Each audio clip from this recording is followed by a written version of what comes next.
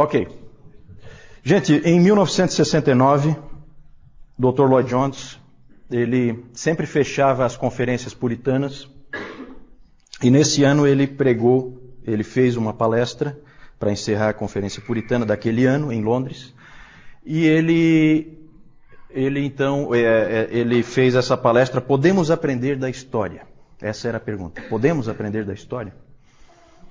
E ele começa essa palestra, que foi uma palestra crucial, porque foi nesse ano que ele se separou do J.I. Packer, os dois organizavam juntos essa conferência, e o impacto dessa palestra dele foi muito grande, muito forte.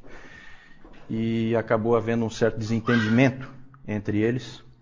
E ele começa exatamente por esse texto que eu coloquei aí, em que ele diz assim: talvez não exista nada que tenha denegrido tanto a glória de Deus como a história do seu povo na igreja. Já não animou muito, né? Por isso vou tratar desse assunto sobre aprender da história. O famoso dito de Hegel faz-nos lembrar que o que aprendemos da história é que não aprendemos nada da história. Ora, no que se refere ao mundo secular, essa é uma verdade plena e indubitável. A história da raça humana mostra isso claramente. A humanidade, em sua loucura e estupidez, sempre repete os mesmos erros. Não aprende e se nega a aprender. Mas não aceito isso como sendo próprio do cristão. O meu ponto de vista é que o cristão deve aprender da história. Que por ser cristão é seu dever fazer isso e deve animar-se a fazê-lo. Isso tudo indica que o cristão deve aprender da história. O meu argumento é que, para nós, é sempre essencial suplementar a nossa leitura teológica com a leitura da história da igreja. Senão, corremos o perigo de nos tornarmos abstratos, teóricos e acadêmicos em nossa visão da verdade. E, deixando de relacioná-la com os aspectos práticos da vida diária, logo estaremos em dificuldade. É interessante porque a história da igreja, conforme o Dr. Lloyd Jones falou aí, ela deve ser para o nosso ensino, ela deve trabalhar em nós, ela deve fazer um efeito sobre nós.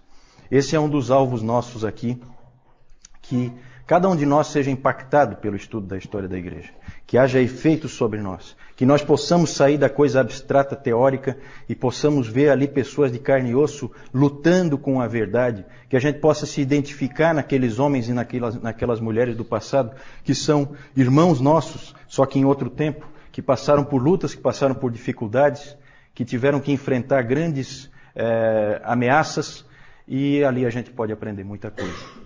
E é isso que eu espero que a gente consiga. Que a gente não caia naquela atitude, né, daquela história que se conta, né, de uma mocinha que foi chamada a preparar um estudo sobre a história da igreja, e ela então muito preocupada em fazer o melhor possível, e ela ficou pensando, por onde começar? Por onde começar? E aí ela chegou à conclusão de que ela tinha que começar do começo. Tem que começar lá do início mesmo. Isso é o certo. E aí, então, no dia da apresentação, ela pegou a folhinha dela e aí ela foi ler, então, o trabalho dela. E aí ela começou, se posicionou e disse: nosso pastor nasceu em 1933.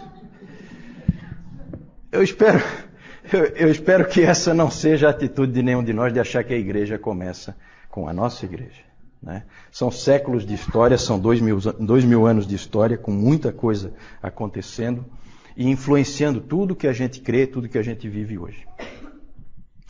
Pode passar então. Mas o que é a igreja? Nós vamos estudar a história da igreja, mas o que é a igreja? E aí nós temos aí a Confissão de Fé de 1689, no seu capítulo 25. Ali nós vemos então a definição da igreja universal. A igreja universal ou católica, católica significa universal. Eu vou procurar não usar o termo católica para me referir ao catolicismo romano, porque é uma maneira errada da gente se referir, é uma maneira equivocada, né? Sempre vou preferir utilizar o romanismo em vez de catolicismo. Catolicismo é uma maneira errada de se expressar, né? Nós somos membros da Igreja Católica, certo? Universal. Católico significa universal. O próprio nome, Igreja Católica Romana já é uma contradição de termos. Ou é católica ou é romana. Certo? Então aí já é um problema.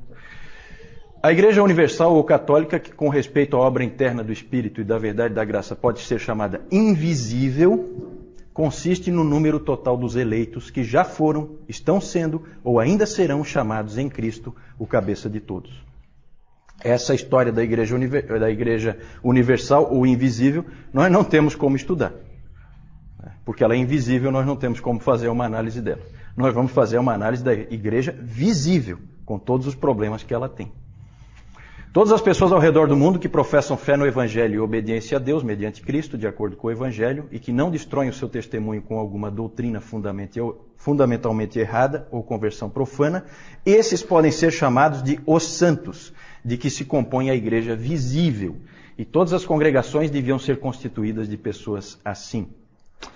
Mesmo as igrejas mais puras sobre a terra estão sujeitas a erros doutrinários e a comprometimentos. Isso é muito importante, vai aparecer o tempo inteiro. Algumas se degeneraram tanto que deixaram de ser igrejas de Cristo e passaram a ser sinagogas de Satanás. A despeito disso, porém, Cristo sempre teve e sempre terá um reino neste mundo até o fim dos tempos. Esse reino é formado dos que nele creem e confessam o seu nome. Muitos chamam a história da igreja de Terceiro Testamento. Certo? Então, nós temos o Primeiro Testamento. Qual seria o Primeiro Testamento? O Velho Testamento, ou o Antigo Testamento. Temos o Segundo Testamento, que é o Novo Testamento. E nós temos o Terceiro Testamento, se é que se pode dizer assim, é uma maneira de falar. Porque, na verdade, é uma sequência da história daquilo que Deus faz no meio do seu povo. Isso é o que nós temos no Antigo Testamento, a história do que Deus faz no meio do seu povo. É o que nós temos no Novo Testamento, a história do que Deus faz no meio do seu povo. E é o que nós temos na história da igreja, a história do que Deus faz no meio do seu povo. Qual o problema, qual a diferença que nós temos? Qual o problema que a gente tem no Terceiro Testamento, vamos dizer assim, em relação aos outros dois? Quem é que arrisca?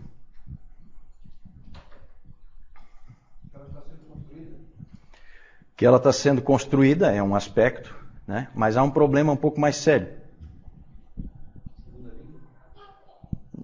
Não, segunda vinda.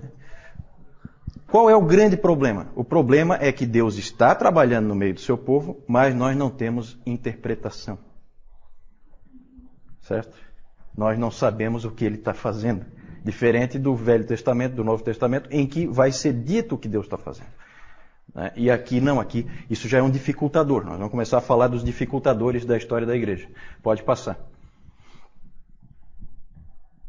Então vamos lá, dificultadores. Um é esse aí. Nós não sabemos o que Deus está fazendo e por que Ele está fazendo. Não fazemos a menor ideia. Muitas coisas vão nos deixar perplexos muitas vezes. Muitas vezes. Outro dificultador. Nós sempre estaremos sendo seletivos. Eu nunca vou estar falando de toda a história da igreja. Eu sempre vou estar falando de coisas que foram registradas. Quantas coisas aconteceram que não foram registradas? Nós vamos dizer, não, esse aqui foi o maior homem de Deus daquela época. Mas eu só sei que ele foi o maior porque alguém escreveu sobre ele ou ele mesmo escreveu. Se não tivesse escrito, eu não saberia. Certo? Então, a gente sempre vai estar selecionando, a gente sempre vai estar deixando coisas de fora. O que mais? Há momentos em que coisas boas ocorrem em meio ao erro. Essa aí é uma das mais difíceis. Né? Separar o que é bom do que é ruim. Dizer, ó, isso aqui é bom, isso aqui é ruim. Fazer essa definição é muito difícil.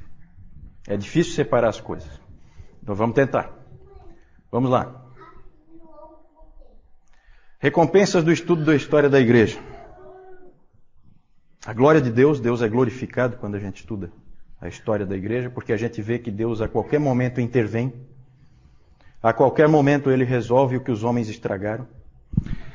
Nós crescemos porque eu sempre achei que a história da igreja produz uma profunda humildade, um profundo temor de Deus, porque é muita presunção você achar que você é melhor do que qualquer irmão dessas outras épocas.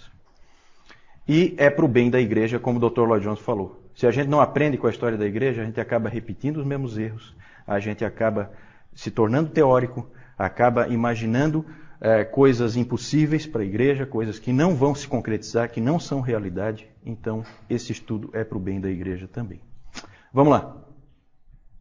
Esse aí é o nosso texto-chave na palavra. Porque em meio àquilo que o Lloyd Jones falou, que nada denigre mais a glória de Deus do que a história da sua igreja. É triste isso, né? Em meio a isso, nós vamos ter sempre em mente esse texto de Isaías 40, versículo 8. Seca-se a erva, cai a sua flor, mas a palavra de nosso Deus permanece eternamente. Uma coisa que a gente vai ver sempre, gente, que vai ficar bem evidente, é que a igreja vai errando, a igreja vai falhando, mas há uma âncora presente o tempo inteiro, que vai trazer de volta a igreja, mais cedo ou mais tarde, porque Deus vai jogar pessoas de volta para ela, que é a palavra de Deus. É na palavra de Deus que a igreja se conserta. Vamos lá.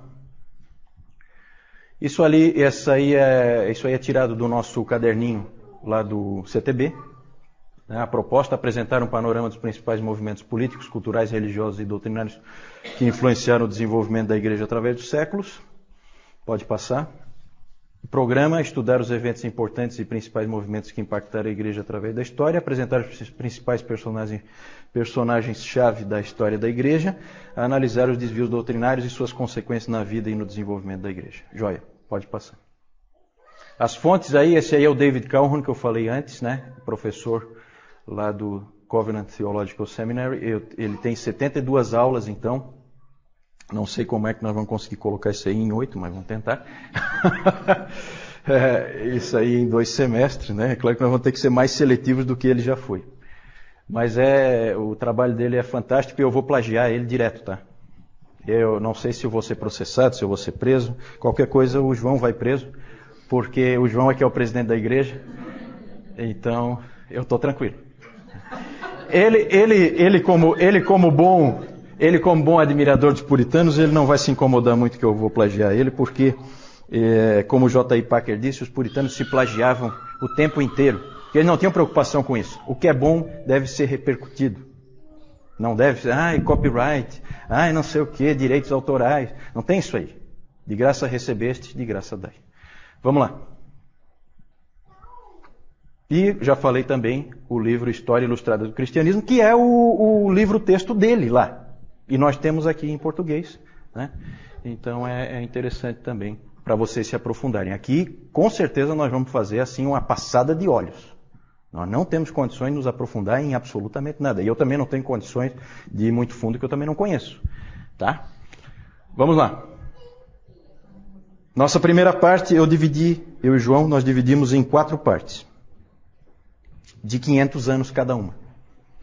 E então agora nós vamos falar dos primeiros 500 anos. Vamos começar.